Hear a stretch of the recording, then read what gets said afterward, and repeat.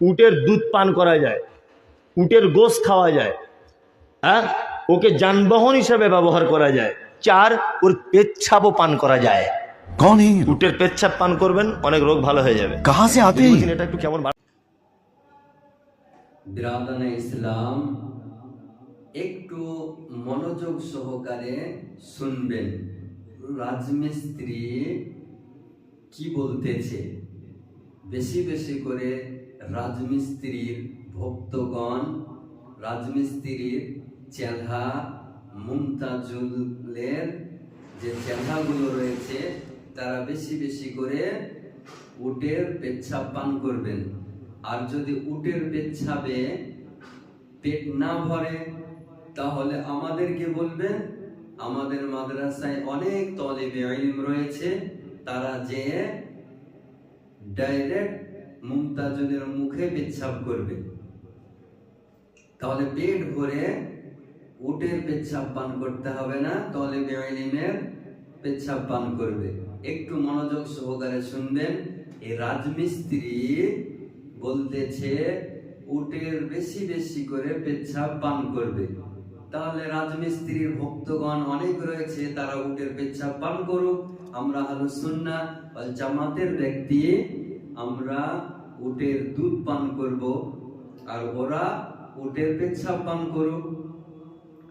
বর্তমান সময়ে উটের পেচ্ছাপ পান করা যাবে কিনা এই সম্পর্কে আপনি হাদিস শরীফ উঠিয়ে দেখুন।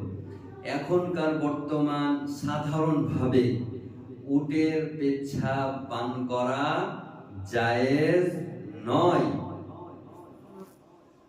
আমার মহানবী সাল্লাল্লাহু তাআলা আলাইহি ওয়াসাল্লাম যাদের উটের পেচ্ছাপ ও দুধ পান করতে বলেছিলেন, তারা নির্দিষ্ট রোগে আক্রান্ত ছিলেন।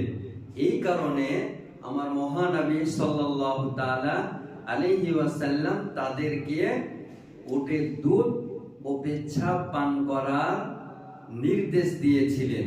কিন্তু বর্তমান যুগে উটের পেচ্ছাপ পান করা জায়েজ নয়।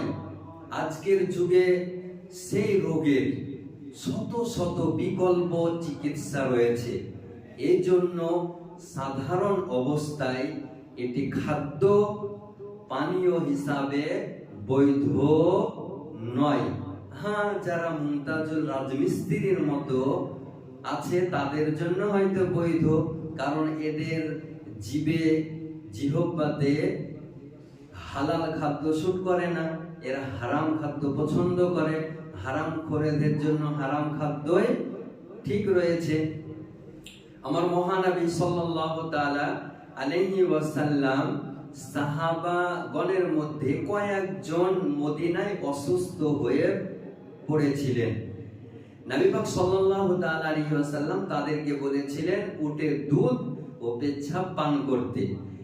বুখারী শরীফ হাদিস নাম্বার 233, মুসলিম শরীফ হাদিস নাম্বার 1671 এর মধ্যে উল্লেখ রয়েছে।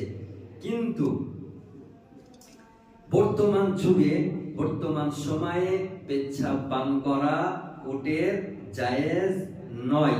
কোন মাযহাবে উটের পেচ্ছাপ পান করা বর্তমান সময়ে জায়েজ নয়।